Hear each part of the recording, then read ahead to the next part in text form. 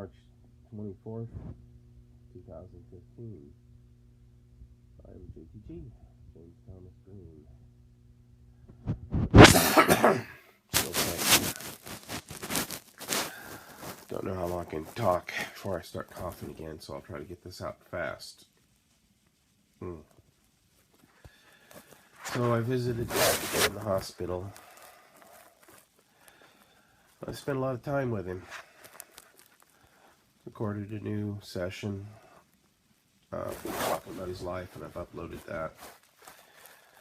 And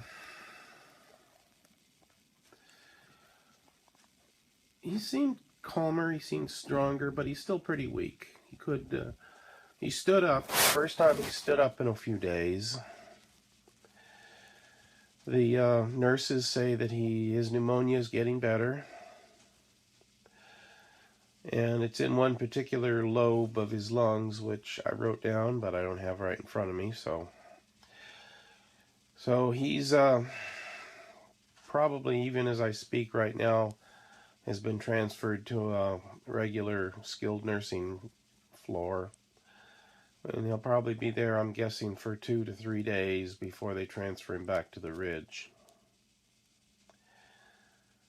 So I'll go back tomorrow and find out more about what's going on. I was going to leave about 3 o'clock. I guess I got there about 1 o'clock. Was there for about two hours. We talked and recorded the first session. It was more of an interview than the first time. The first time he more or less just started talking, get blah, blah, blah, blah. I asked a few questions. This time I kind of had to prod him along before I finally got him rolling on, I forget what he was talking about, because I'm still kind of tired and kind of delirious, almost hallucinating myself for all the NyQuil I've been taking and other stuff. I was thinking I might try to go to bed tonight without NyQuil, but I think my coughing is just a little too much, so I think maybe hopefully tonight will be the last night with NyQuil, which I'll take in a few minutes. But I was getting ready to leave, and Dad said he wanted me to stay. And that was kind of out of character for him. He usually just says, go away. Maybe we've started to bond a little more than we've had, because we've been kind of on the outs for a long time. You know, he's always been so angry, so pissed off at me about one thing or another, trying to pick a fight over every little thing, implying I'm stupid, I don't know what I'm talking about, blah, blah, blah. When Mom died, in her last months, Mom was always saying something evil to me constantly. It was a function of whatever I said. You know, she's always just out of the blue screaming at me, telling me I was a rotten bastard, and you know, she would always say she never wanted to see me again. Get out and I never come back. And for much of my life, when she'd say, get the hell out and I never want to see you again, I left. There was a point in my life when I did not see Mom for 6 months. Didn't talk to her, nothing. It was when I was living in Berkeley. I forget, I think she called me at some point. But in the last months of Mom's life, before she died of cancer in '94, I was afraid that her last words to me would be something like, I hate you, I never want to see you again. And then she would die. And it was just kind of an odd fluke, I think, that her last words to me were something along the lines of, I love you. That was her last words to me. And then she died the next morning. But I've lately been thinking the same thing about Dad. Will his last words to me be something about, oh, James, you're so stupid.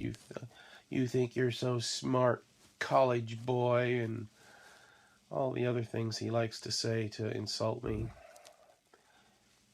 I still think it's weird that he thinks calling me college boy is an insult. You college graduate. He thinks that's an insult. And so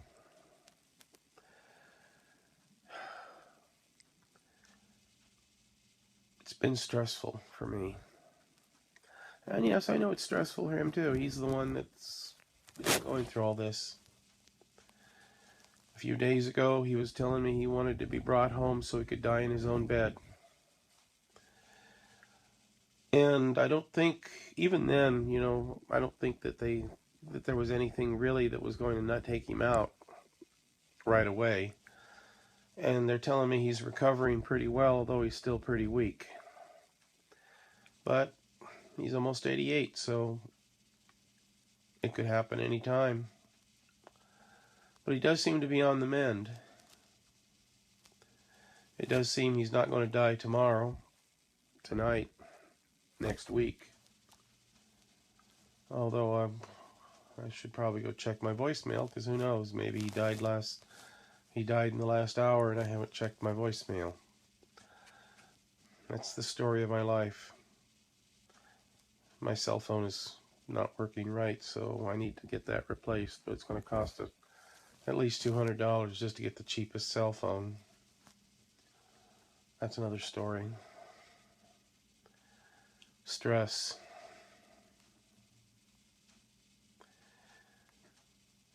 So, but there was something about the way when I was trying to leave about 3 o'clock and he asked me to stay. He wasn't mad, he wasn't pushy, he just wanted me to stay.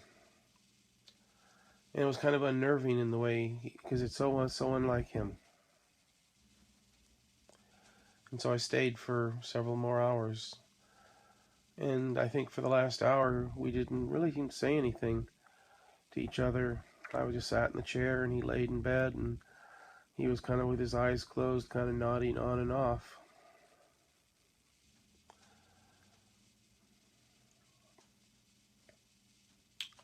And I hope he's around for a lot longer to come. But it's going to happen.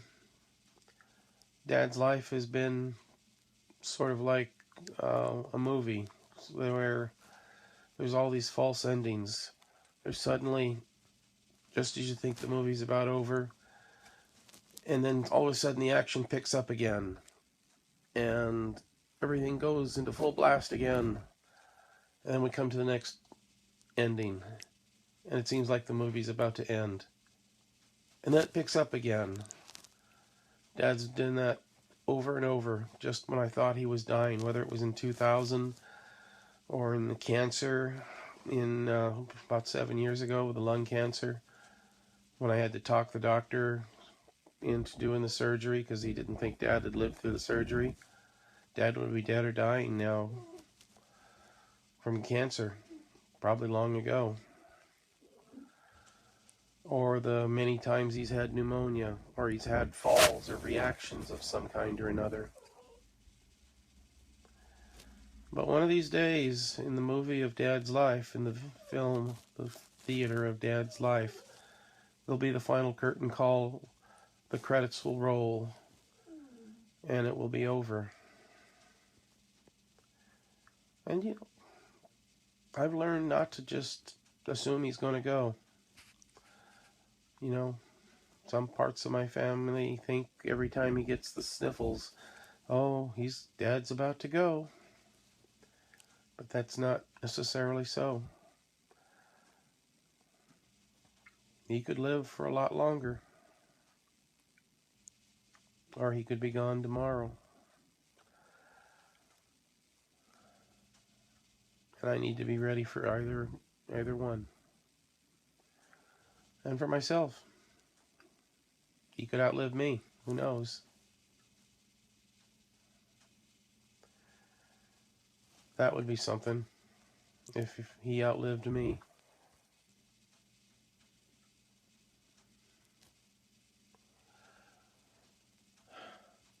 That's all.